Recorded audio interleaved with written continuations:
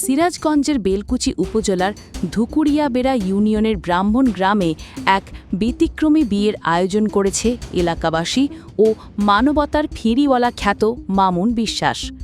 মা বাবাহীন অসহায় মুসা উর্মি খাতুন এর বিয়ে মঙ্গলবার ১৩ই জুলাই বিকেলে একই গ্রামের আব্দুল কাইয়ুমের ছেলে মোসা জামিল খানের সঙ্গে সম্পন্ন হয় রাজকীয় আয়োজনে।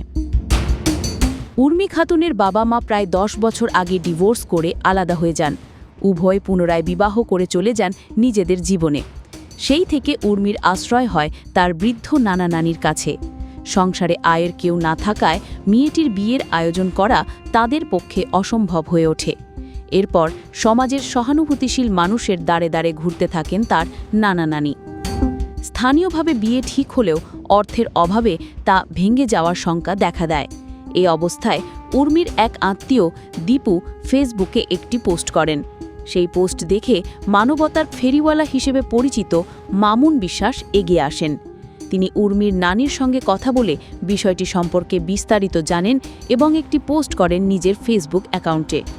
পোস্টটি ভাইরাল হলে দেশ বিদেশ থেকে অসংখ্য মানুষ সাড়া দেন। মোট ১,৭,০০০ টাকা সংগ্রহ হয় বিয়ের জন্য।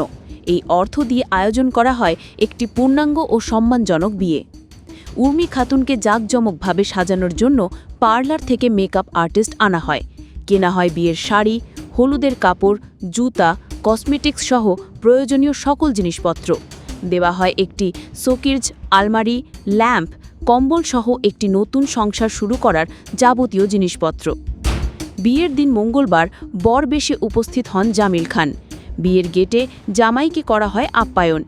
এরপর নতুন জামাইকে ঘড়ি পরিয়ে বরণ করেন উর্মির নানা। অন্যদিকে পাত্রী উর্মি খাতুনকে পরিবেষ্টিত করে রাখে প্রতিবেশীরা। উল্লাস ও নানা আয়োজন পুরো বিয়ে ঘিরে এক রাজকীয় পরিবেশের সৃষ্টি হয়। বিয়েতে কনে উর্মি খাতুন বলেন, আমি ছোটবেলা থেকেই নানা নানির কাছে বড় হয়েছি। আমি কোনোদিন চিন্তাও করি নাই এত বড় আয়োজনে আমার বিয়ে হবে। যারা বিয়ের জন্য কষ্ট করেছেন তাদের প্রতি কৃতজ্ঞতা জানাই। সিরাজগঞ্জ থেকে মাসুম হোসেন অন্তু পাঠানো তথ্যচিত্রের ডেস্ক রিপোর্ট।